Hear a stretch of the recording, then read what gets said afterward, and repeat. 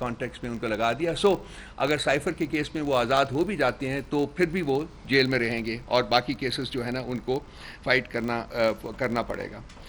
دیکھیں یہ جو کچھ بھی ہے میں نے چھوٹی سی ذرا تفصیل آپ سے بیان کی ہے, یہ مطلب اس میں کہیں انصاف نظر نہیں آتا, اس میں کہیں بھی کوئی ایسی چیز نہیں نظر آتی جس سے کہ انسان کا کانفیڈنس ریاست کے سٹرکچر میں بنے کہ ریاست جو ہے چلیں اب تھوڑی سی امپروو کر رہی ہے اور آگے بڑھنے کا راستہ جو ہے اس کو کوئی مل رہا ہے. جو دن گزرتے ہیں اور ہر گزرتے دن کے ساتھ ایسا لگتا ہے کہ ریاست اور ریگریس کر رہی ہے. ریاست کے جو انسٹیٹیوشنز ہیں ان کے اوپر اسٹیبلشمنٹ کی جو پریشر ہے وہ اور بڑھتا جا رہا ہے. اور آج کا کیس ایک ٹپیکل اگزامپل ہے اس چیز کی کہ جو ریاست ہے اور ریاست کے کرندے اور جو جن کے پاس طاقت ہے, جو پاور ویلڈرز ہیں, ان کی حد الوسع کوشش یہ ہے اور یہ اس کو ڈیفینیٹلی انشور کریں گے کہ خان صاحب کو جیل سے باہر نہیں آنا چاہیے, اور وہ اسی صورت میں ممکن ہے جبکہ ان کے کیسز کا فیصلہ جو ہے وہ نہ ہونے دیں. سو آج کا جو سین ہے وہ اس حالت میں بھی اپنے گروسم اور سکننگ قسم کے کنٹرولز کے ساتھ پھر انیکٹ ہوگا, شاید کتنی دفعہ انیکٹ کرنا پڑے. تو آج ہم لوگ انصاف کا قتل ہوتے ہوئے دیکھ رہے ہیں, ہم لوگ ریاست کو کمزور ہوتے ہوئے دیکھ رہے ہیں, ہم یہ تمام تماشا پچھلے 2 سال سے دیکھ رہے ہیں, اور اس سے پہلے بھی 76 سال کے عرصے میں جو اسٹیبلشمنٹ کا رول رہا ہوا ہے. میں تو بار بار کہتا ہوں کہ اگر اس ملک میں کوئی مسئلہ ہے جس کی وجہ سے یہ ملک ترقی نہیں کر سکا تو وہ اسٹیبلشمنٹ کی ڈائریکٹ انٹرونشن ہے یا انڈائریکٹ انٹرونشن ہے اپنے اسٹوجز کے through, kicking the prime minister out and then kicking them back into power. یہ ختم اس کے لیے ہماری جو جدوجہد ہے وہ جاری رہے گی. اور آج بھی ہم نے اسی اسٹیبلشمنٹ کا ایک انتہائی گھنونا رخ جو ہے وہ عدت کیس کے کانٹیکسٹ میں کمرہ عدالت میں دیکھا ہے.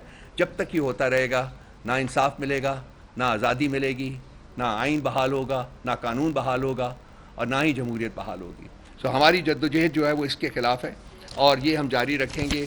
احمد فرحات کا کیس بھی آپ کے سامنے ہے. اتنے سارے دن اس کو حبس بجا میں رکھ کر, پہلے اس کو میرا خیال ہے آزاد کشمیر باغ میں کہیں اس کی اپیرنس کروائی گئی کسی پولیس اسٹیشن کے اوپر, اور وہاں سے کہا گیا کہ مظفر آباد میں اس کے خلاف ایک کیس اور درج ہے, وہاں بھیجا گیا. تو وہاں سے وہ کیس کے سلسلے میں مجھے آخری اطلاعات ملی تھی کہ اس کو وہاں سے چھوڑ دیا گیا ہے. تو ایک نظم حقائق پر مبنی ایک نظم لکھنے کی پاداش میں ایک انسان کے ساتھ پچھلے 1 مہینے میں 1.25 مہینے میں کیا ہوا. ہم یہاں بیٹھے ہوتے ہیں, ہمیں یہ نہیں پتہ ہوتا کہ یہاں سے ہم اٹھ کے گھر بھی جائیں گے کہ نہیں جائیں گے.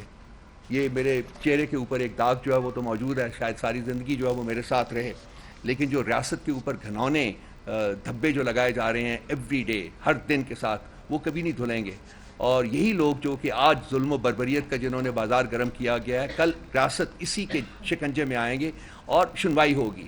سنوائی کے بغیر ریاست آگے نہیں بڑھ سکتی ہے. سو جو لوگ رسپانسبل ہیں ان کو اکاؤنٹیبل بھی ہونا پڑے گا.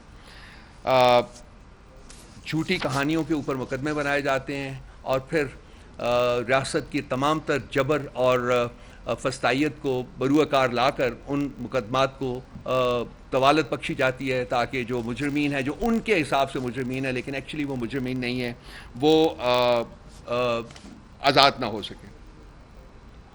اس وقت خان صاحب کے خلاف جو عدت اور سائفر کے مقدمے ہیں وہ بالکل ورچولی ختم ہو چکے ہوئے ہیں, وہ کریش کر چکے ہوئے ہیں, اور ان میں سے آج ایک کا ججمنٹ آنی تھی وہ نہیں ہے. اب وہ دیکھتے ہیں کب آتا ہے. اسی طرح سے سائفر کا جو مقدمہ ہے وہ بھی کریش کر چکا ہوا ہے. توشہ خانہ میں خان صاحب کی سزا سسپینڈ ہو چکی ہوئی ہے اور القادر کے اوپر بیل کی ہے. سو یہ مطلب ایکچولی تو یہ تمام مقدمات آلریڈی ہو جانے چاہیے تھے اور خان صاحب کو جیل سے باہر آنا چاہیے تھا, لیکن ابھی تک وہ موجود ہیں. اور ہمیں خوف ہے وہ اس چیز کا ہے کہ اور مقدمات بھی عنقریب جو ہے وہ ان کے خلاف رجسٹر کیے جائیں گے. سو یہ تو آج کا جو ہوا ہے گنت, اس کی کچھ کہانی ہے. باقی کچھ ہمارے پی ٹی آئی کے ایک نیریٹو کے بارے میں کچھ مسگیونگس کریٹ کی جا رہی ہیں اور ہمیں پتہ ہے کہ ان کے پیچھے کون سی طاقتیں کار فرما ہیں. ایک تو 1971 کا جو ڈیبیکل تھا اس کے بارے میں بہت سی مسگیونگس کریٹ کی جا رہی ہیں. آپ دوستوں میں سے جنہوں نے حمود الرحمان کمیشن رپورٹ پڑھی ہے, اور میں نے I am one of those fortunate people who got a copy very early, اور میں نے وہ پڑھی ہے, اس میں کہیں بھی فوج کے بارے میں کوئی غلط بات نہیں کہی گئی, بلکہ کئی جگہوں کے اوپر کہا گیا ہے کہ فوج بہت بہادری سے لڑی. It was a failure of the leadership. اور اس میں ایک شخص کی بات بار بار کی گئی ہے جس کا نام تھا جنرل یحییٰ خان, آغا محمد یحییٰ خان, کہ اس نے اپنے اپنی اقتدار کو طوالت دینے کے لیے ریاست کو داؤ پر لگایا اور ریاست کے دو ٹکڑے ہوئے.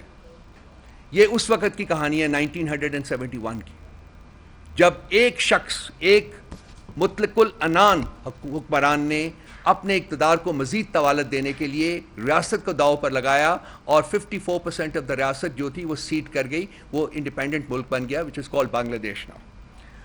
سو پیرلل جو ہم ڈرا کر رہے ہیں وہ اس وقت میں اور آج کے وقت میں کر رہے ہیں کہ آج بھی ایک شخص واحد اپنی ڈکٹیٹرشپ کو, اپنے اقتدار کو طوالت دینے کے لیے پچھلے 2 سال سے اس نے بھی ریاست کو داؤ پر لگایا ہوا ہے. ہم اس زوم میں ہیں کہ مشرقی پاکستان 1000 میل دور تھا اور شاید وہاں لڑنا ہمارے لیے اتنا آسان نہیں تھا جتنا کہ یہاں ہوگا. ہم اس زوم میں ہیں کہ ہم یہاں ملک کا کوئی حصہ جو ہے وہ سیسیڈ نہیں کرنے دیں گے یا وہ الگ نہیں ہونے دیں گے. لیکن اگر آپ صرف ایک دائرانہ نظر ڈالیں تو اس وقت پاکستان کی 6 اکائیاں ہیں. 4 آپ کے پروونسز ہیں, گلگت بلتستان ہے اور آزاد کشمیر ہے. ان میں سے آزاد کشمیر ریسٹو ہے, گلگت بلتستان ریسٹو ہے, بلوچستان عرصہ دراز سے ریسٹو ہے, کے پی جو ہے وہ لٹرلی ایج کے اوپر ہے. تو کیا الٹیمیٹلی ہم نے پاکستان کی شکل پنجاب اور سندھ کی شکل میں دیکھنی ہے؟ اور جو شخص اپنے اقتدار کو طوالت دینے کے لیے اور اپنی ڈکٹیٹرشپ کو فردر پرپیچویٹ کرنے کے لیے جس نے ریاست کا فیوچر اس کے اوپر لگایا ہوا ہے, کیا ہم اس کو وہ یہ کام کرنے دیں گے جو وہ کام کر رہا ہے اس وقت؟ کیا ہماری عدالتیں اور باقی جو ہمارے ادارے ہیں وہ اپنا رول نہیں پلے کریں گے کہ ملک کے اوپر جو اسٹینگل ہولڈ ہے ڈکٹیٹرشپ کا اس کو ختم کیا جائے اور آئین اور قانون اور جمہوریت کو بحال کیا جائے اس ملک پہ؟ اس ملک کا فیوچر کیا ڈکٹیٹرشپ سے لنکڈ ہے یا آئین اور قانون کے ساتھ لنکڈ ہے؟ کوئی بھی ریاست دنیا میں آج کل کے زمانے میں ایسی نہیں ہے جو کہ ڈکٹیٹرشپ کے بلبوتے کے اوپر آگے چل سکتی ہے. کسی نہ کسی طریقے سے, کسی نہ کسی شکل میں وہاں آئین اور قانون کی حکومت ہوتی ہے. یہ پاکستان وہ واحد ریاست ہے اس وقت جس نے کم از کم پچھلے 2 سال میں نہ صرف کہ آئین اور قانون کا ٹوٹل فقدان نظر آیا ہے بلکہ بریزن جسے کہتے ہیں بریزن طریقے سے اس کو وینڈلائز کیا گیا ہے. پاکستان کی ڈکٹیٹرشپس میں 1947 کے بعد سے جو 4 ڈکٹیٹرشپ آئی ہیں اس میں ایک چیز بڑی کامن تھی, وہ یہ تھی کہ جب وہ ٹیک اوور کرتے تھے تو آئین کو یا تو ایبروگیٹ کر دیتے تھے یا سسپینڈ کر دیتے تھے. موسٹلی ایبروگیٹ کر دیتے تھے. جتنے بھی ڈکٹیٹرز آئے ہیں انہوں نے آئین کو ایبروگیٹ کیا اور پھر عدلیہ کے ذریعے وہ ڈاکٹرن آف نیسیسٹی کے تحت اس کو لیجیٹیمائز کر لیتے تھے, اپنے اقتدار جو ہے وہ لیجیٹیمائز کر لیتے تھے. اور انٹرنیشنل کمیونٹی سے پھر اپنے آپ کو لیجیٹیمائز کرانے کے لیے پاکستان کو آگ میں جھونکا جاتا تھا. وہ سوویت یونین کے خلاف لڑائی ہو انڈر ضیاء الحق یا وہ مشرف کے دور میں آور وار آن ٹیرر ہو, امریکہ کی وار, اس کا حصہ دار, اس میں صرف اور صرف پاکستان اور پاکستان کے عوام نے سفر کیا. آج پاکستان جو اکنامکلی کیپٹو ہویا ہوا ہے, لٹرلی پینیز کے لیے وہ اپنا کشکول لے کے ساری دنیا میں پھر رہا ہے, اس کی سب سے بڑی وجہ پاکستان کی ڈکٹیٹرشپس ہیں. اور یہ 2 لڑائیاں ہیں ادر دین دو small wars, lesser important wars جو کہ پاکستان نے لڑی. آج اس خطے کے اوپر آپ نظر ڈالیں تو جو امریکہ ایک اور لڑائی یہاں لڑنے کی تیاری کر رہا ہے اور وہ لڑائی ہے کنٹین چائنا کی لڑائی, اور پاکستان انڈائریکٹلی اس کا بھی حصہ اس میں بھی اپنا حصہ ڈالنے کی تیاری کر رہا ہے. اگر یہ ہوتا ہے تو پاکستان کا اپنا وجود جو ہے وہ خطرے میں پڑے گا. وہ آلریڈی کوئی زیادہ سیف نہیں ہے, لیکن اگر اس قسم کی لڑائی میں اگر پاکستان حصے دار بنتا ہے تو وہ پاکستان کا جو سروائیول ہے وہ خطرے میں پڑے گا. تو یہ وہ چیزیں ہیں جو کہ بیسیکلی جو ہماری لڑائی فوج کے ساتھ نہیں ہے, ہماری لڑائی شخص واحد کی آبجیکٹیوز کے ساتھ ہے, اپنے اقتدار کو طوالت دینے کا جو ان کا ایک انفیچویشن ہے ان کا, اس کے ساتھ ہے. اس سے ملک نے سفر کیا ہے, اس سے ملک ابھی بھی سفر کر رہا ہے اور سفر کرتا رہے گا اس وقت تک جب تک کہ یہ انفیچویشن وہ ڈکٹیٹرشپ ختم نہیں ہوتی اور آئین اور قانون کو بحال نہیں کیا جاتا. سو یہ لڑائی ہم نے لڑی ہے, یہ لڑائی ہم لڑ رہے ہیں اور یہ لڑائی ہم لڑتے رہیں گے اس وقت تک جب تک کہ ملک میں آئین اور قانون بحال نہیں ہوتا. ابھی کوئی 203 مقدمات ہیں خان صاحب کی ذات کے اوپر, اور وہ مقدمات جو ہیں وہ اپنی اسٹیجز مختلف اسٹیجز جو ہیں اس کے اس سے گزر رہے ہیں. میں چاہوں گا کہ جی آئی نو میں ہاں ایک سیکنڈ اور جو میں بھول گیا تھا اس میں.